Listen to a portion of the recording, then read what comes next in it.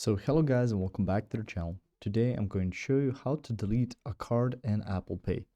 So first of all, you will need to go to your wallet app, which will look something like this. Now on your wallet app, you will need to set it up to get to your Apple Pay. Now from here, you can see the top right corner, this box logo and the plus logo. The plus logo will be for adding something to your wallet. So you can add and see even your previous cards. And you can add a debit or credit card as well as a travel card. So different types of cards can be added to your wallet. Once you've added that, you can see underneath the cards you've added. So I'm just gonna open the card I've added.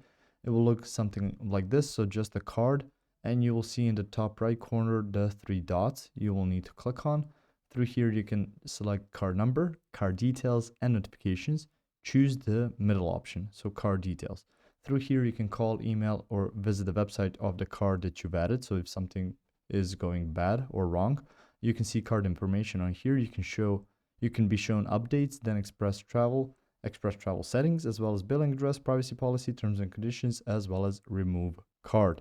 So you can click on the remove card option. Removing this card will also remove your transaction history.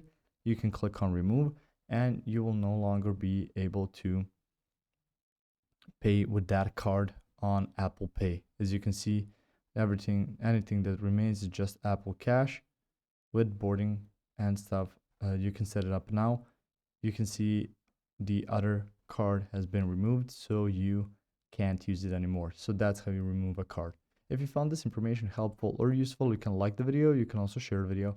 You can subscribe to the channel and click the notification bell to get notified about new videos on Wallet and Apple Pay or some other topics you might enjoy as well. See you guys in the next video. Goodbye.